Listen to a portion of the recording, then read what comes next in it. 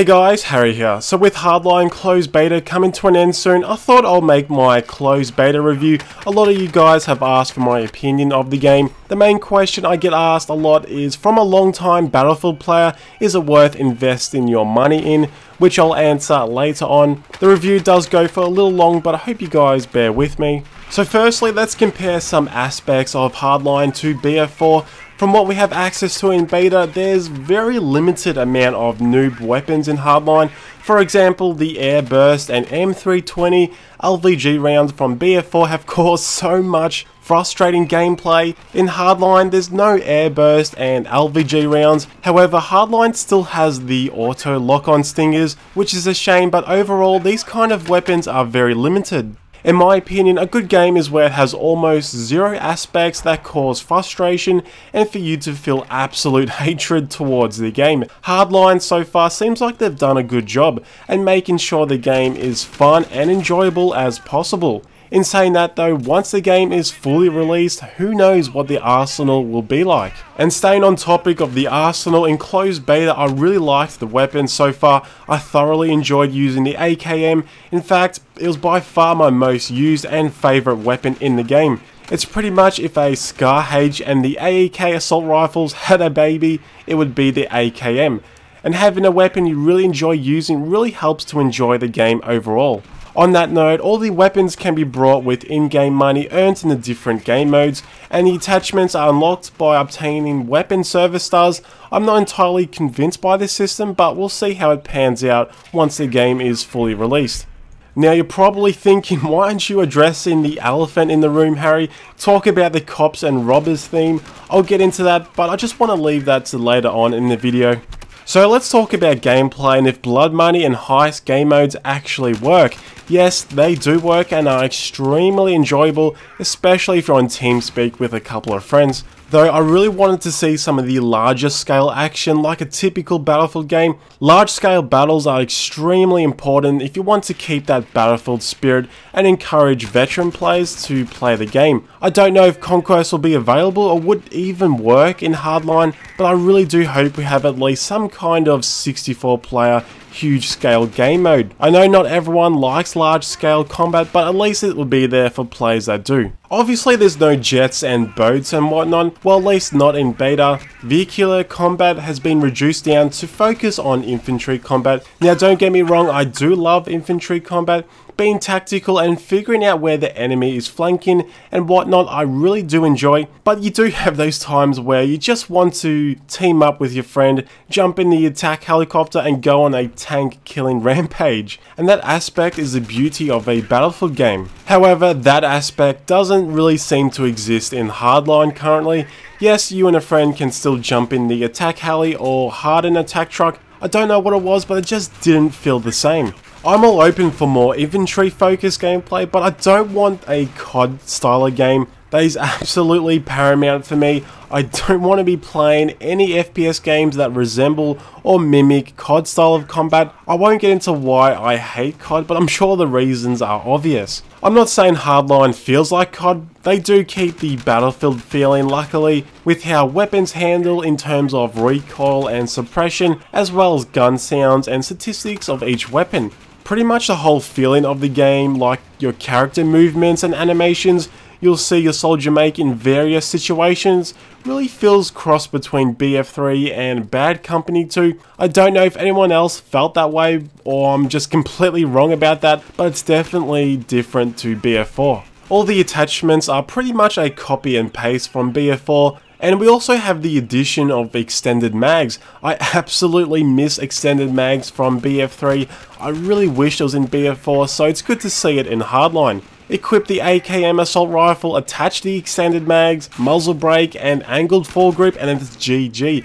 Very fun setup for me, and personally that was a big source of my enjoyment to the game as a whole. There are some annoying things to the game that I guess are just part of the Frostbite engine. Your soldier will sometimes feel like he's in quicksand, or his shoes are made out of concrete, and you'll find yourself getting sometimes stuck on stupid things like a small rock on the ground.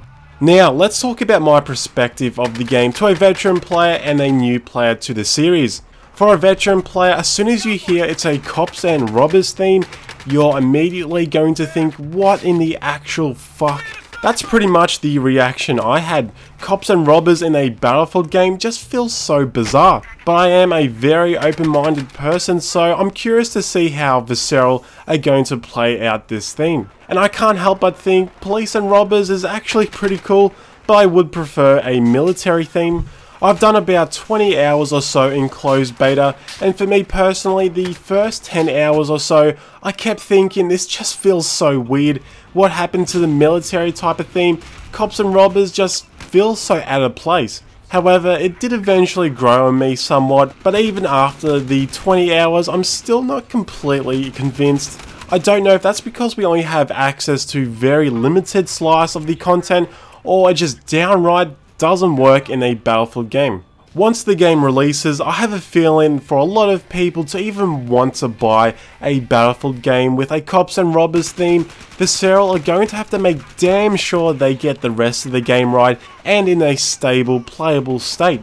I'm expecting there to be some small bugs here and there, but I don't want another repeat of the BF4 release. That was just a complete disaster and caused lots of frustration. So let's talk about from a new player perspective. If you've never played a Battlefield game before, and say you've been a hardcore COD fan and thought maybe I might just give Hardline a shot this time around, well, assuming the game will be in a completely playable state and there's adequate amounts of content to make up its full price tag, you're going to be blown away. Air and land, vehicle and infantry combat all mixed into a huge playground with semi-destructible environments and fairly good graphics and sound to complement it. Hardline will most likely be a good purchase for you. So talking more about its full price tag, in my opinion, if a multiplayer game is going to be full price, it damn well needs to have content to back it up. And that includes a single player campaign. I know most people don't even bother with single player, but I still do enjoy playing single player for some games. Even BF3's campaign was actually really fun.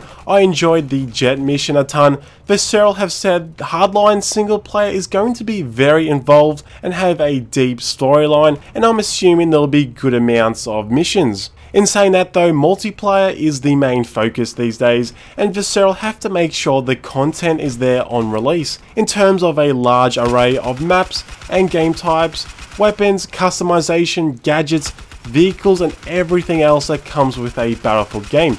It all needs to be there. Map variation is a slight concern for me in Hardline. For a typical Battlefield game, there's always a large variety of map locations and themes, everything from desert combat to more secluded islands. There's always a big range of environments.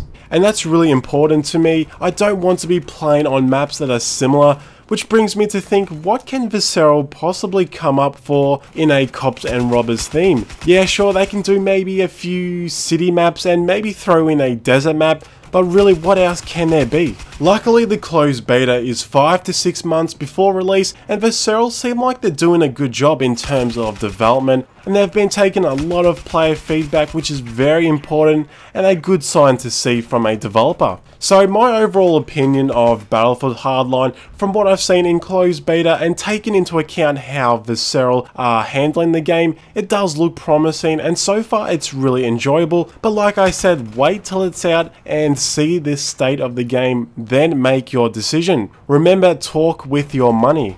Will Hardline bring back confidence to the Battlefield series and possibly might reignite the passion from the veteran players? Well, it's hard to say from how little we've seen in the closed beta, but I would say probably not, but I'm sure there will be a percentage of players coming back to the series, and who knows, Visceral might just blow us all away with the amount of content they have planned. And to be completely honest, I really wish the next Battlefield game would have been Bad Company 3. If ever in the future info leaks out that DICE LA or Visceral Games or both are developing Bad Company 3, I will jump out of my chair in excitement. I seriously hope the next title after Hardline is indeed Bad Company 3. I'm sure that will revitalize the community and bring back a lot of players. Anyway, that's the end of my Hardline closed beta review. I do like talking to my viewers, so if you want to talk more about any of the points I brought up in the video, make sure to leave it in the comment section, and I'll see you guys in the next video.